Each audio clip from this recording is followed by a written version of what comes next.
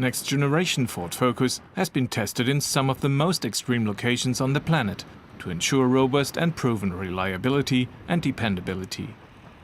These camouflaged pre-production models are being put through their paces high in the Austrian Alps to evaluate how they perform in high altitudes.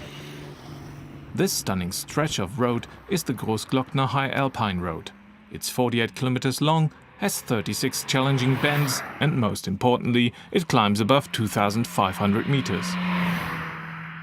Our specific testing is a high altitude testing from a customer point perspective. So we're looking for drivability and every other aspects the customer may experience if he drives up the hill. We're doing mainly the uphill driving, and there the cooling aspect for the engine is most critical. So it's radiator fluid and engine oil, and for the automatic transmission cars also automatic transmission oil. But for downhill driving, which we don't really test, it's also the brakes. So you need to really care for your brakes if you go down. Each Focus is equipped with hundreds of sensors that give an incredibly detailed picture of how the vehicle is affected by reduced oxygen levels at high altitudes. The cars carry plastic fuel cans filled with ballast to simulate 3 heavy adults sitting in the rear seats. On the hill going up, the test drivers push the Focus hard. Some critical customers are driving fast, but not really to the limit. And that's what we're trying to simulate. You have pretty good road conditions here, and you have a 12% grade all over the uphill driving. And that's the easiest way to get good test results for us.